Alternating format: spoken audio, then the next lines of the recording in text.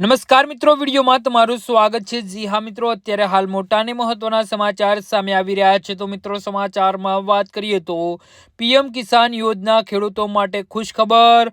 દેશના કરોડો અન્નદાતાઓ માટે રાહતના સમાચાર સામે આવ્યા છે। પ્રધાનમંત્રી કિસાન સન્માન નિધિ યોજનાના 22મા હપ્તાની આતુરતાનો અંત આવવા જઈ રહ્યો છે। કૃષિ મંત્રાલયના સૂત્રોના જણાવ્યા અનુસાર સરકાર હોળીના તહેવાર પૂર્વ ખેડૂતોના ખાતામાં 2000 રૂપિયાનો હપ્તો જમા કરાવવાની તૈયારી કરી રહી છે।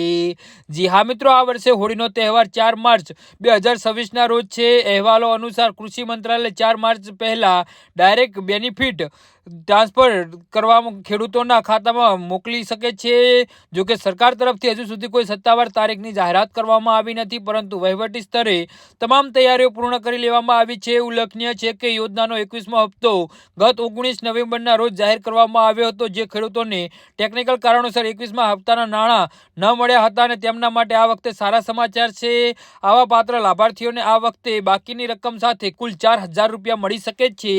આ યોજનાનો અવધિ લાભ મેળવવા માટે સરકારે અમુક નિયમોને કડક બનાવ્યા છે, જો આના નીચે પ્રમાણે હોય છે। કેવાયસી પીએમ કિસાન પોર્ટલ કેવાયસી પૂર્ણ કરવું ફરજિયાત છે। આધાર લિંકિંગ બેંક ખાતું આધાર કાર્ડ સાથે લિંક હોવું જોઈએ। જમીન રેકોર્ડ જમીનના દસ્તાવેજની ચકાસણી થયેલી હોવી જોઈએ। જી હા મિત્રો, તો આના વિશે તમારું શું કહેવું છે તો નીચે મારી કમેન્ટ બોક્સમાં જરૂરથી જણાવજો। ધન્યવાદ।